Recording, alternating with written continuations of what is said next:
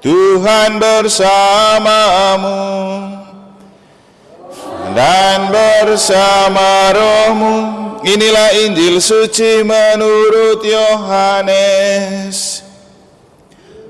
Dimuliakanlah Tuhan.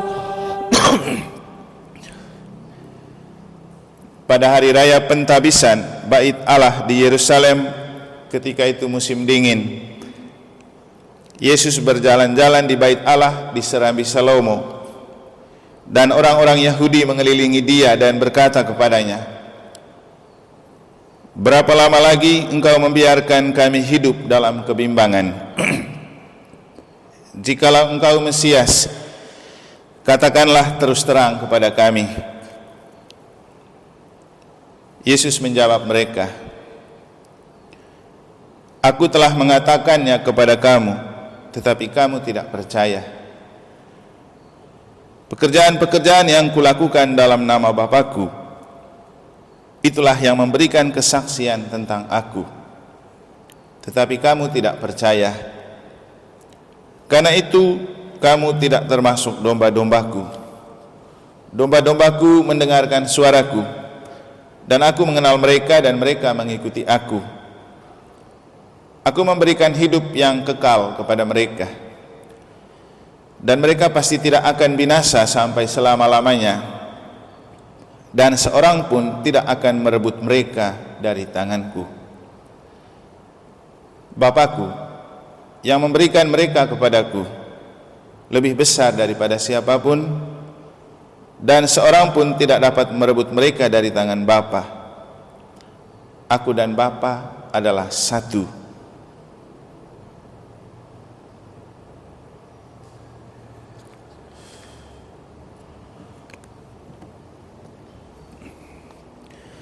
Demikianlah sabda Tuhan.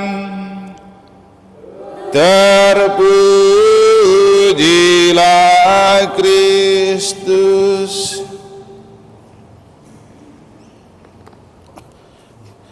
Di mana hartamu berada, di sana juga hatimu berada.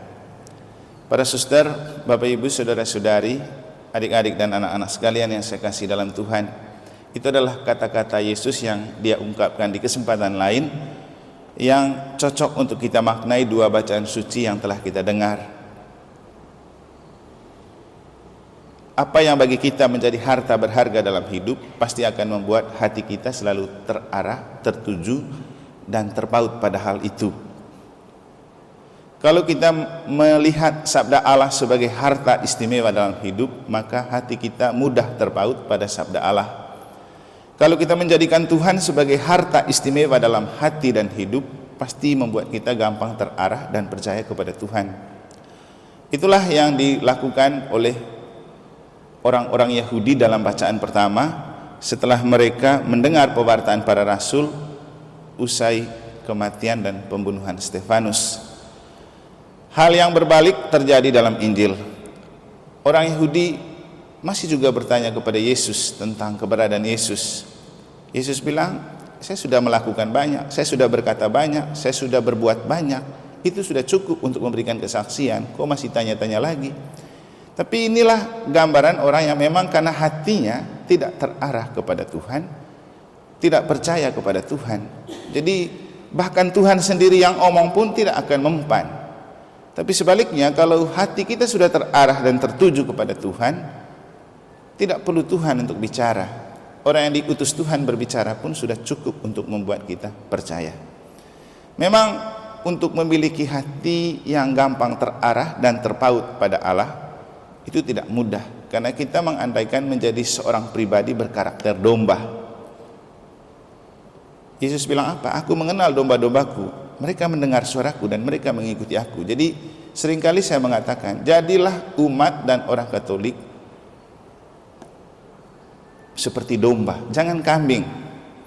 Karena domba itu pasti taat dan setia.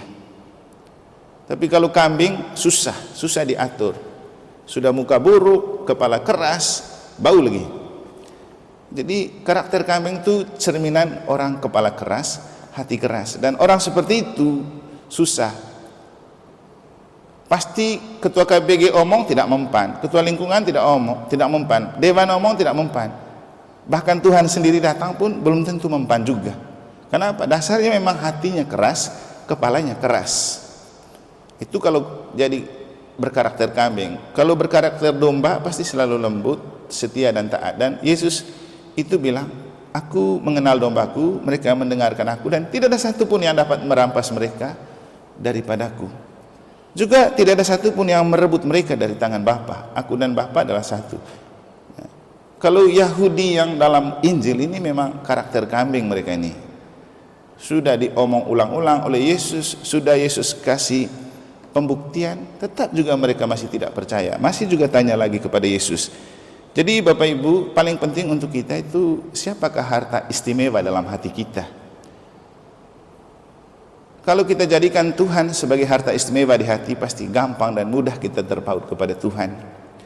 Kalau kita jadikan sabda Allah sebagai harta istimewa dalam hidup, pasti gampang kita mendengar sabda Tuhan, gampang kita menyimak khotbah. Tapi kalau tidak, susah. Tadi saya komentar begini di anak-anak, hebat kamu ya anak, hujan lebat masih juga datang gereja jadi mesdinar. Nanti Bapak Ibu bisa tanya, kenapa mereka anak-anak mau padahal hujan? Kita orang tua justru cari hujan ini jadi alasan untuk tidak ke gereja. Tapi mereka padahal hujan lebat mau datang. Kalau menurut feeling saya, karena mereka kan setiap hari Minggu mereka sudah dikasih jadwal mesdinar, dan mereka pasti rindu kesempatan bertugas itu. Makanya mereka pasti sudah siap betul-betul. Jadi hatinya sudah terarah pada tugas hari ini, sehingga walaupun hujan mereka tetap datang. Tapi kalau hati tidak terarah dan tertuju pada tugas pelayanan hari ini, pasti hujan sedikit saja bisa dijadikan alasan untuk tidak datang. Begitu juga kita yang hadir di sini kan sudah menembus dan menerobos hujan lebat. Kenapa? Kita punya hati sudah kadang terlanjur terpikat pada misa harian. Kalau tidak juga siapa mau datang hujan-hujan? Siapa mau menerobos hujan? Jadi di mana harta kita berada, hati kita juga berada. Tinggal kita melihat siapa itu dan apa itu harta istimewa dalam hidup. Saya membaca sebuah surat dari seorang kekasih untuk kekasihnya yang sedang merayakan ulang tahun. Dear Ani Ros, selamat ulang tahun Mama. Semoga selalu diberikan umur panjang, kesehatan dan kebahagiaan, serta kesuksesan untuk usaha dan karyanya. Mohon maaf, ulang tahun Mama kali ini Papa di luar Bali. Love you and God bless you, tulang rusukku. From Ari Kurnianto. Ibu Ani, pernah dibuatkan surat seperti ini sebelumnya? Saya rasa ini surat cinta karena ikut weekend MA, makanya berani. Mbak Ani juga berani buat di story. Dan apa? Saya rasa karena Mas Ari merasa ini betul orang berharga dalam hidupnya, walaupun jauh, dia tetap mengirimkan surat untuk mengucapkan. Bapak Ibu, coretan yang ada dalam surat pasti punya makna yang berbeda dengan video call dan chat. Kenapa? Yang kita tulis adalah wakil dari pribadi. Itulah kenapa zaman dulu surat menyurat itu paling asik untuk orang berelasi. Dan tidak ada kepalsuan di dalam coretan surat. Dan itulah media yang perlu untuk kita pakai. Tapi untuk kita paling penting, saya kagum dengan Mas Ari dan Ibu Ani. Hari ini Ibu Ani ulang tahun, dia mengirimkan surat seperti ini. Kalau tidak karena Ibu Ani ada di hatinya, tidak mungkin dia buat surat. Susah loh cari suami yang peduli kayak gini kan. Ibu Maria pernah dibuatin surat waktu ulang tahun. Kok saya tidak lihat? Dan sampai terpaksa angguk. Tapi lagi-lagi Bapak Ibu, kalau seseorang itu sudah ada di hati kita, ruang dan waktu yang jauh dan berbeda tidak menjadi alasan. Justru kita menggebu-gebu untuk menangkap momen itu. Saya rasa karena merasa sangat dihargai oleh suaminya, makanya Ibu Ani tadi hari ini dia datang misa. Kenapa? Cara terbaik untuk berjumpa dengan suaminya yang jauh ya bersatu dalam misa, bersatu dalam ekaristi.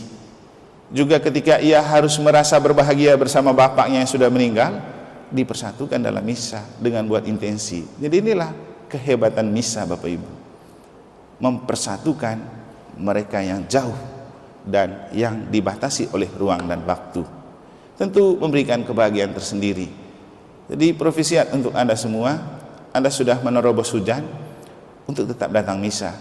Profesiat juga untuk anak-anak, kamu itu anak-anak yang hebat, karena walaupun hujan lebat, tidak punya kendaraan, tidak punya mobil, masih menerobos hujan, anak-anak hari ini bertugas sebagai misdinar. Tetaplah pastikan hatimu terarah dan tertuju kepada Tuhan, karena ketika hati kita terarah dan tertuju kepada Tuhan, kita akan menjadi domba yang tidak mudah dirampas oleh orang atau iblis atau setan di mana saja. Nah, inilah yang dimaksudkan oleh Yesus ketika dalam Injil yang mengatakan, tidak ada satupun orang yang bisa merampas dombaku dari tanganku, dan tidak ada satupun yang bisa mengambil mereka dari tangan Bapakku.